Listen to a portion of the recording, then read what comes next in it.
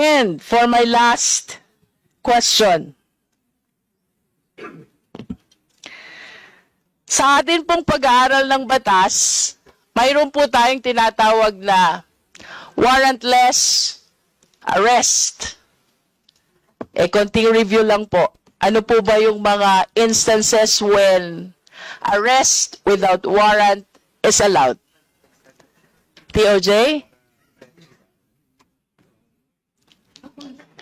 Yes, Your Honor.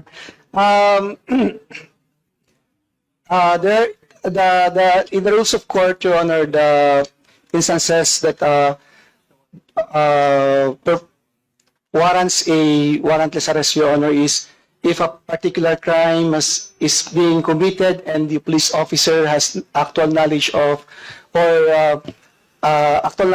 the perpetration of the crime, Your Honor, the law enforcement can actually conduct the arrest of the subject without the necessity of a warrant, Your Honor. TOJ, you will agree with me, we call it the doctrine of flagrante delicto. Yes, Your Honor. Yes. If a person is caught while committing a crime, he can be arrested even by a private citizen without need of a warrant. Yes, Your Honor. As a citizen arrest, Your Honor. Okay. Mayroon pong fake information nakapost to isang blogger. Can it be considered as flagrante delicto? Yes or no? Yes, Your Honor. Yes. For as long as the fake news is still posted. The one who posted it is in flagrante delicto. So the question now to the law enforcement, can we effect an immediate arrest, considering that the one who posted is caught in flagrante delicto?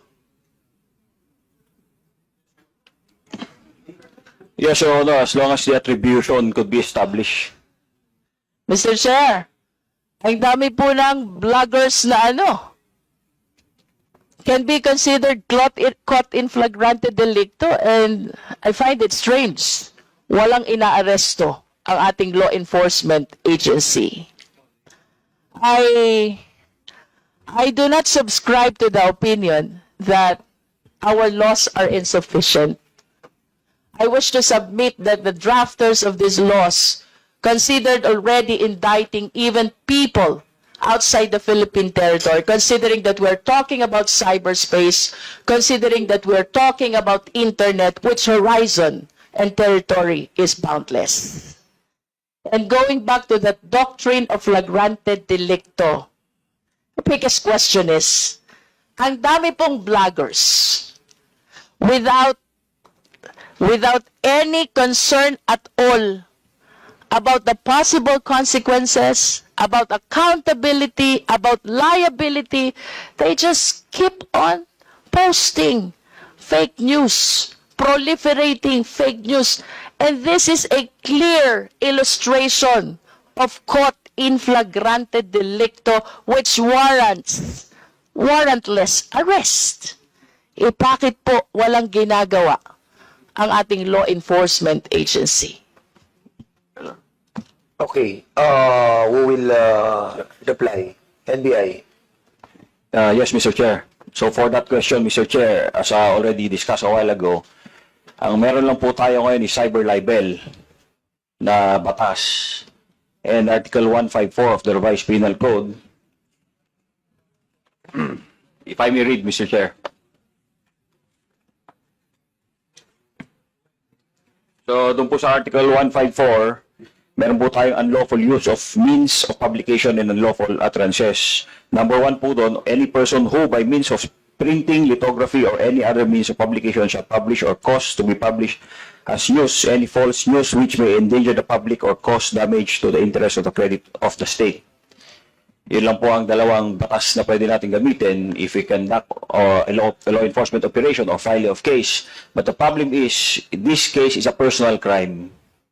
Kailangan po may private complainant po na magrereklamo and it will be the basis for the arrest. Sir, I wish to go back to the concept of flagrante delicto.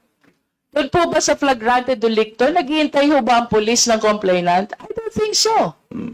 For as long as the person is committing a crime, even private citizen can arrest without need of a warrant. Mr. Chair, I believe that the questions is quite legally debatable already. So I would appreciate listening on the next hearing to our invited constitutionalist. I conclude, Mr. Chair. Para sa may init na balita sa loob at labas ng bansa, subscribe na sa Teleradyo Serbisyo YouTube channel.